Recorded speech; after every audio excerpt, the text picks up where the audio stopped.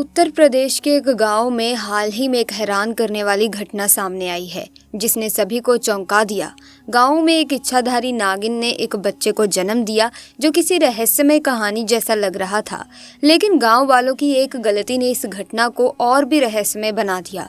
इस मामले से जुड़ी कई बातें ऐसी हैं जो हिंदू धर्म और उसकी पुरानी मान्यता से भी जुड़ी हुई हैं, खासकर भगवान शिव से। इसी तरह की महत्वपूर्ण और ज्ञानवर्धक जानकारी प्राप्त करने के लिए हमारे चैनल समृद्धि को सब्सक्राइब करें और बेल आइकन को प्रेस करें ताकि नई वीडियोस की अपडेट आपको सबसे पहले मिल सके। शिवजी का संबंध हमेशा ही सांपों से गहरे तौर पर जुड़ा रहा है। शिव के गले में हमेशा एक नाग लिपटा रहता है जो उन्हें शक्ति और सुरक्षा का प्रतीक माना जाता है। शिव की पूजा में नागों का महत्व विशेष रूप से देखा जाता है। इस रहस्यमय घटना से जुड़ी कथा में भी नागिन की भूमिका कुछ वैसी ही प्रतीत होती है जैसे शिवजी के गले में लिपटी नाग उनकी शरण में रहते हैं। अब इस गांव की घटना को लेकर क्या नया मोड़ सामने आएगा, ये देखने वाली बात होगी। दोस्तों, पुराने ग्रंथों के मुताबिक इच्छाधारी नाग नागिन उन्हें कहा जाता है जो कि इंसानी रूप में धरती पर घूमते हैं। हालांकि वो किसी भी वक्त सांप का रूप धर सकते हैं।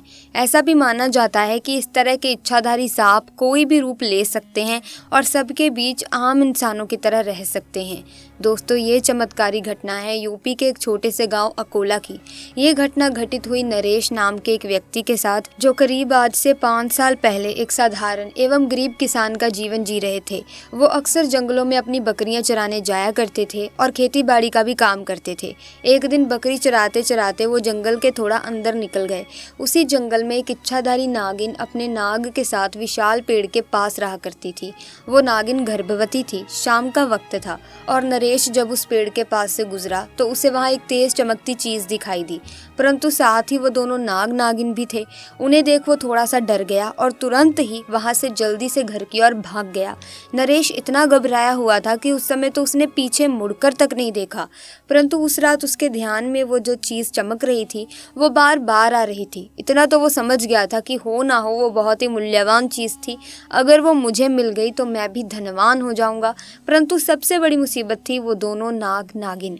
अगले दिन वो वापस जंगल उसी पेड़ वाले स्थान पर गया और कुछ दूर खड़े रहकर छिपकर उस पेड़ के पास रह रहे नाग नागिन को देखने लगा। कुछ देर देखने के बाद उसने ध्यान दिया कि नागिन तो गर्भवती है। वो उस रात घर आकर सोचने लगा कि ये अच्छा मौका होगा जब नागिन अपने बच्चे को जन्म देगी, तभी वो नागमणि चोरी कर लेगा क्योंकि उस समय नागिन कमजोर होगी। बस नाग को मारना होगा। कहते हैं दोस्तों कि अगर किसी नाग के मुंह की तरफ गोबर मार दिया जाए तो नाग बेहोश हो जाता है, वो अपना होश खो बैठता है। अब नरेश हर रोज गोबर लेकर उस विशाल पेड़ के पास छुपकर सही मौके का इंतजार करने लगा और एक दिन वो मौका भी आ ही गया जब नागिन अपने बच्चे को जन्म देने वाली थी। तभी चुपके से नरेश ने नाग के मुंह पर तेजी से गोबर मारा और फिर एक बड़े पत्थर से नाग को बहुत ही बेरहमी से मार डाला। फिर उसने नागिन और उसके बच्चे को भी मार डाला और उस मणि को उठाकर जल्दी से घर की तरफ निकल पड़ा। परंतु उधर नागिन किसी तरह बच गई थी और बस बेहोश पड़ी थी।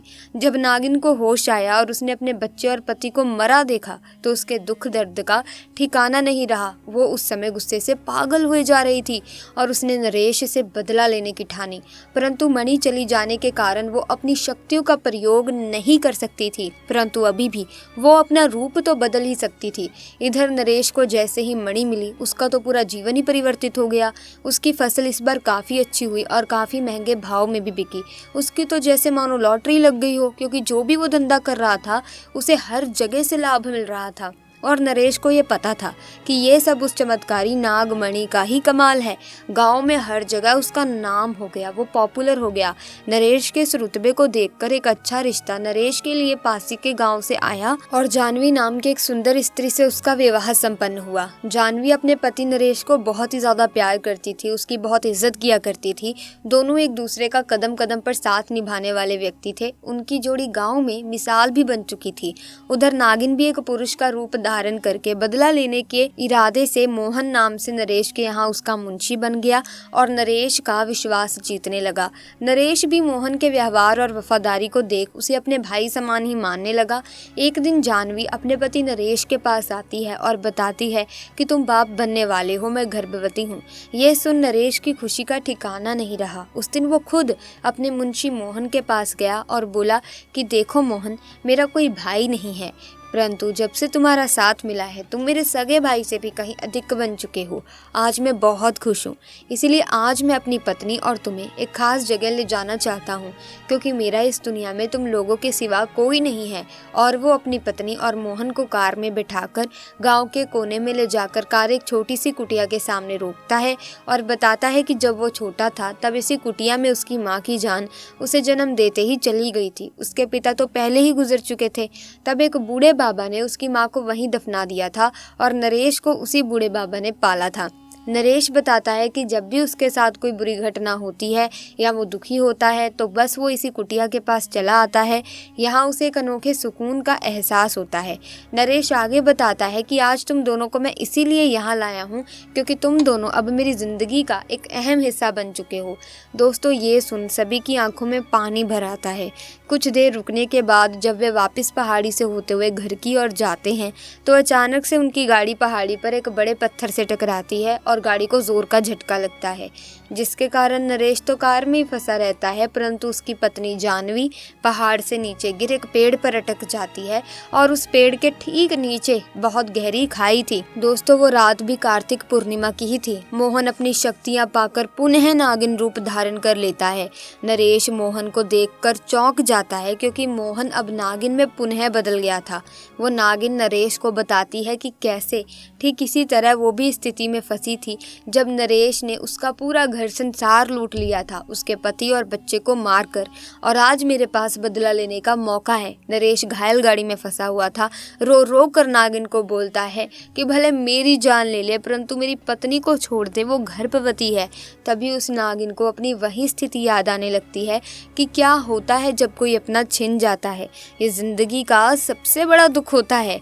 नागिन ने नरेश का उसकी पत्नी के प्रति सच्चा प्यार देख उसे माफ़ कर दिया और जानवी को उस पेड़ से सुरक्षित निकाल बचा लिया तथा दोनों को हॉस्पिटल छोड़ खुद वापस जंगल में उसी विशाल पेड़ के पास चली गई।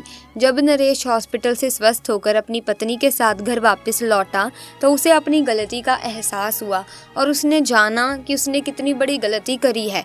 वो नागमणि को लेकर उसी विशाल पेड़ के पास गया और उस पेड़ के पास उस नागमणि को रख फूट फूट कर रोने लगा और शाम को घर वापस आ गया।